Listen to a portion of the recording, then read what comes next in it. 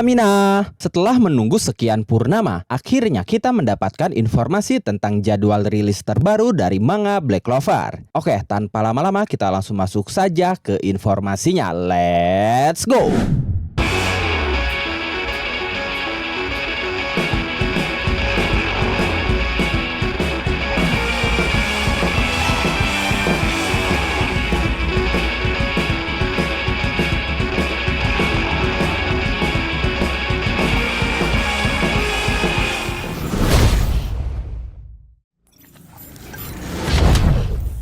Manga Black Clover sendiri terakhir kali rilis sekitar 3 bulan yang lalu, yaitu tanggal 9 Januari 2025.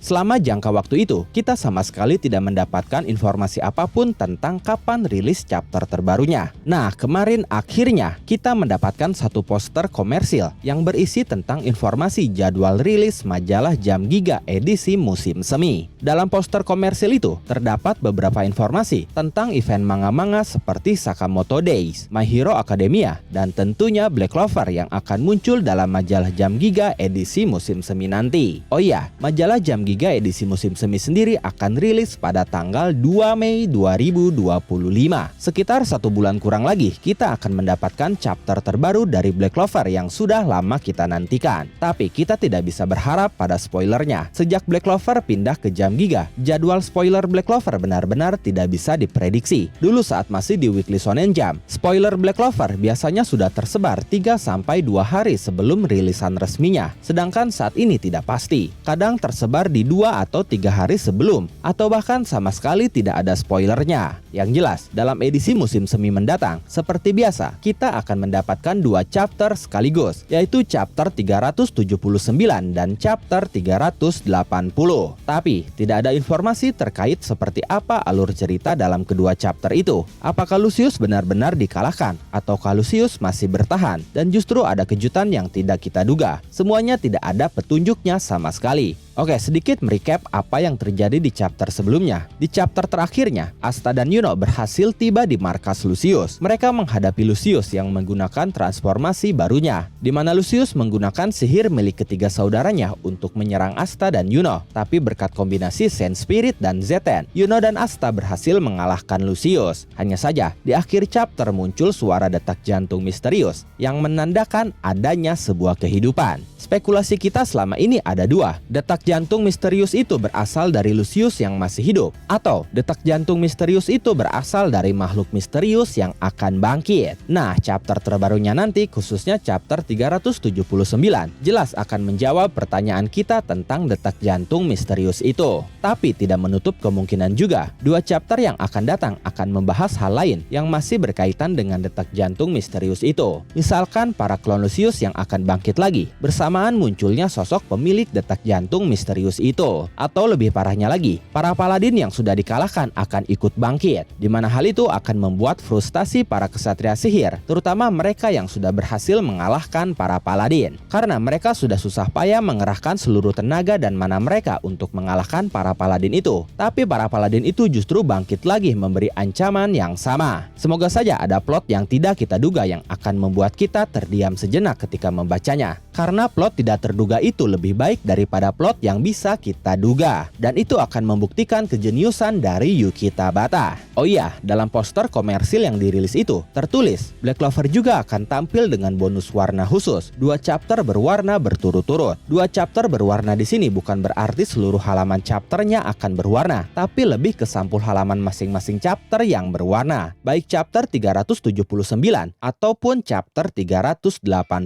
Karena dalam poster komersil itu tertulis Kanto Kara Nirenzoku Keisai, yang artinya 2 publikasi beruntun dengan halaman berwarna di awal. Kita sudah tahu pasti dalam edisi sebelumnya, walaupun rilis 2 atau 3 chapter sekaligus, tapi biasanya Yuki Tabata hanya memberi kita 1 sampul halaman berwarna saja. Nah, dalam rilisan musim semi ini, kita akan mendapatkan 2 sampul halaman berwarna sekaligus. Menarik untuk kita nantikan siapa yang akan muncul dalam 2 sampul halaman itu.